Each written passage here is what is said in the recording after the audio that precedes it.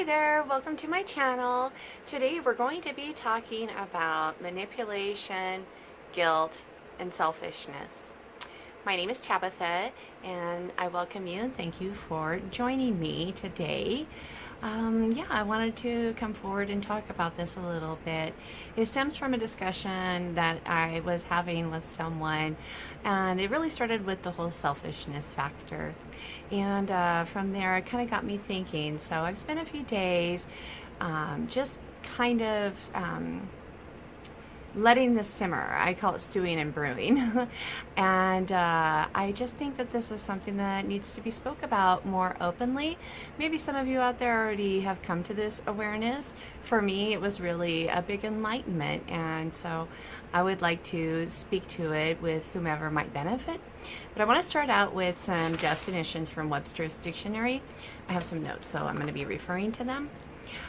So according to Webster's dictionary, selfishness, it is concerned excessively or exclusively with oneself, seeking or concentrating on one's own advantage, pleasure, or well-being without regard for others. Another definition from Webster's is arising from concern with one's own welfare or advantage in disregard of others. And then there's also being an actively replicating sequence of nucleic acid that serves no known function. Okay. And on the heels of that, giving you the whole deal, okay? Being genetic material solely concerned with its own replication.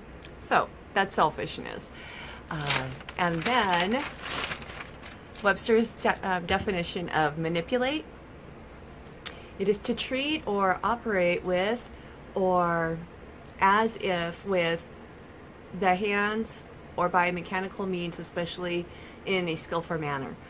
To manage, to utilize skillfully, to control or play upon by artful, unfair, or insidious means, especially to one's own advantage.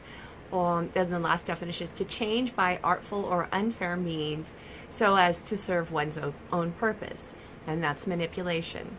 The last one is the definition of guilt. And the fact of having committed a breach of conduct, especially violating law and involving a penalty. Second one is the state of one who has committed an offense, especially consciously. And then feelings of deserving blame, especially for imagined offenses or from a sense of inadequacy. And then it's also to cause to feel guilty, to persuade someone to do something by causing feelings of guilt. And guilt, I wanted to throw some synonyms in with that as well. And shame, remorse, regret. So where does all this stem from? Why am I having this big epiphany and bringing it all to you today? Well, I'll be very honest with you. I had a very, very rough childhood. I did not grow up with my biological mother and the stepfather I currently live with. I grew up with step-parents, and it really wasn't a very loving environment. In fact, it was very abusive. It was very physically abusive, very mentally abusive, and very emotionally abusive. And one of my coping strategies as a child was to basically blend.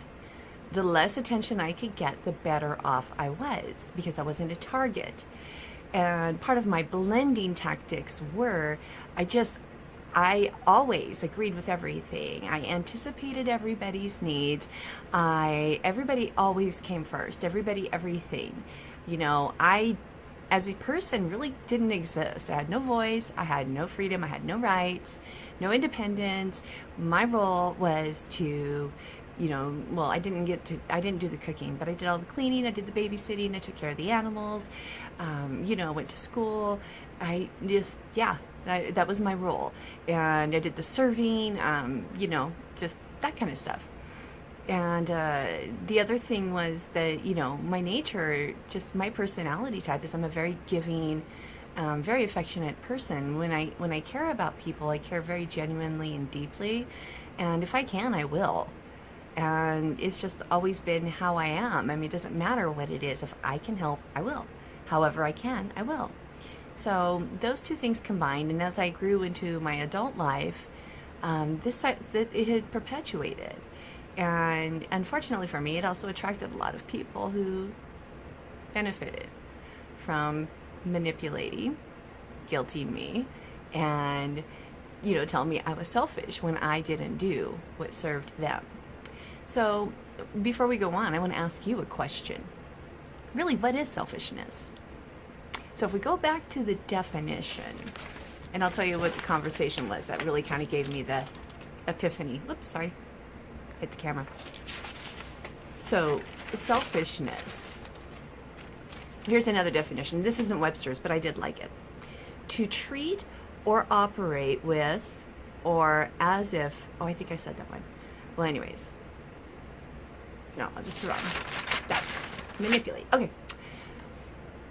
Of a person, action, or motive lacking consideration for others, concerned chiefly with one's own personal profit or pleasure. Kind of sums up how we look at selfishness, doesn't it? You look at other people, oh, they're so selfish. Well, really? Really? Let's stop and think. Somebody else is selfish because they're taking care of themselves and not giving that to you. Isn't that really what it is? Somebody else isn't doing for you what you feel they should be doing for you.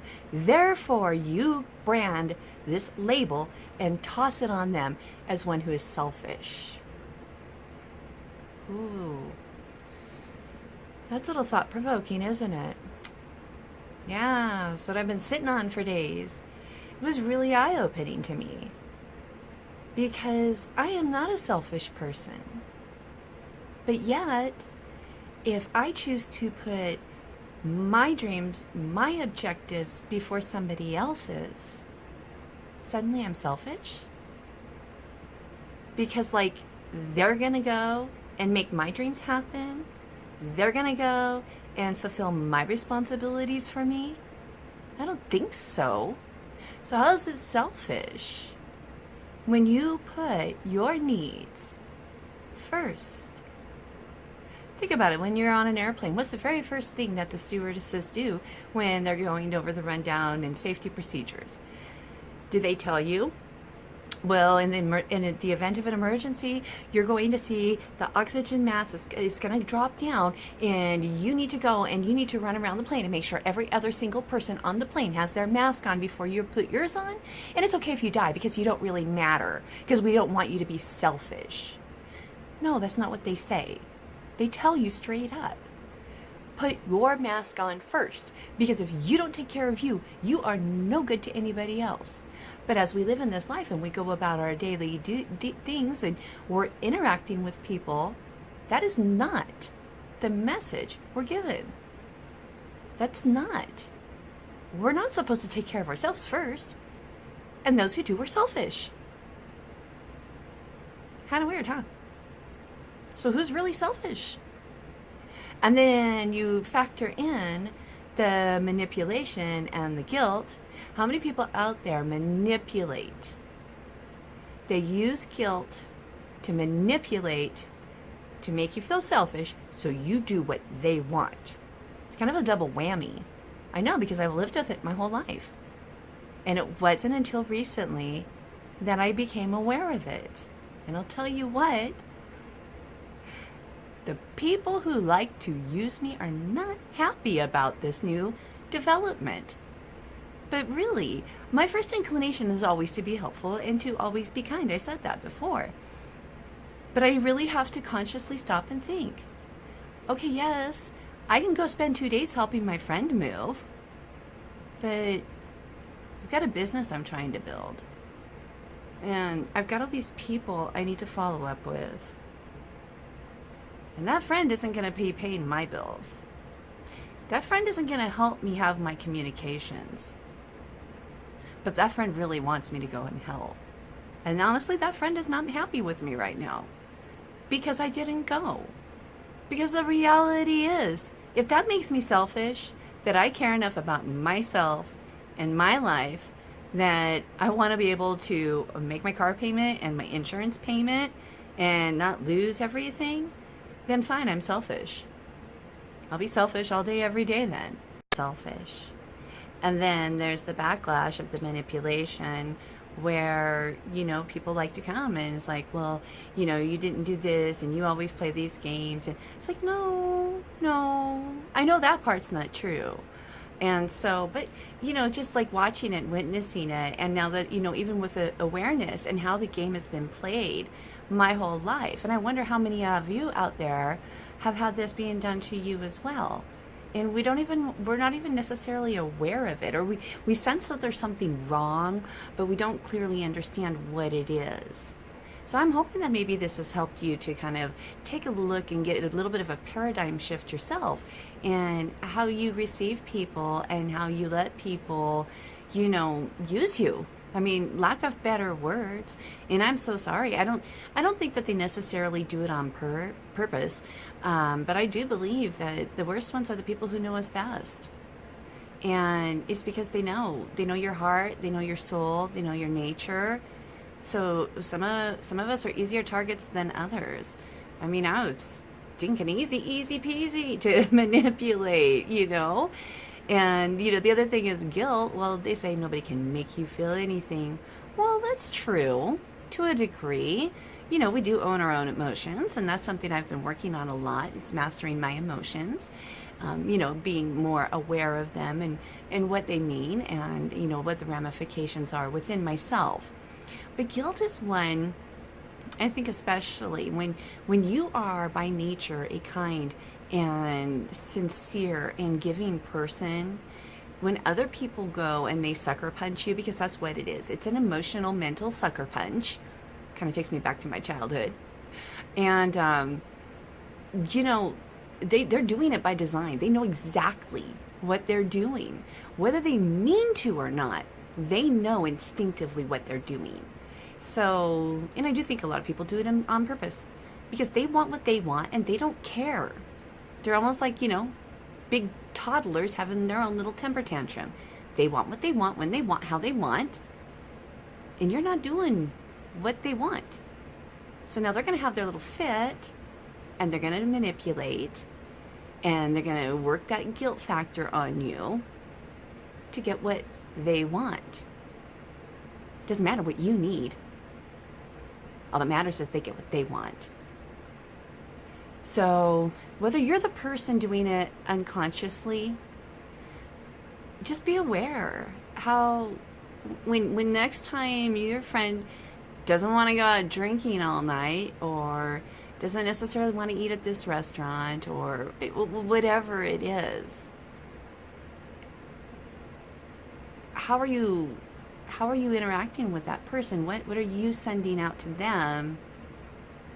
And if you're the receiver, just stop. I mean, I'm going to have to retrain myself. I'm 47 years old. I've got 47 years of brainwashing to correct now.